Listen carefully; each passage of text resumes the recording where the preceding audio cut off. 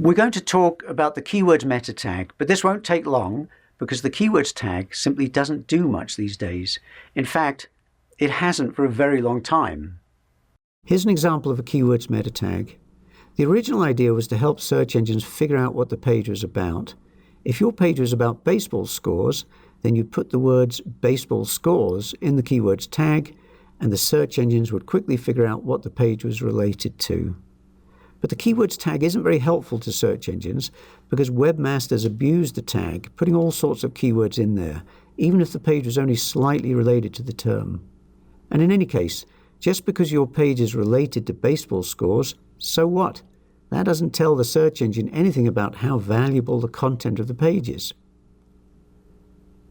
So long ago, the search engine stopped giving the keywords tag any value, or at least significant value. Google hasn't bothered with the tag since early in this century. It claims that it gives the tag no value at all.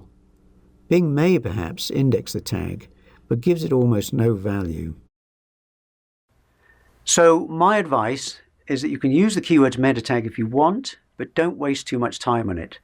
Throw a few keywords in there, not too many though, not scores or hundreds. That looks bad to the search engines, like you're spamming them. And then move on.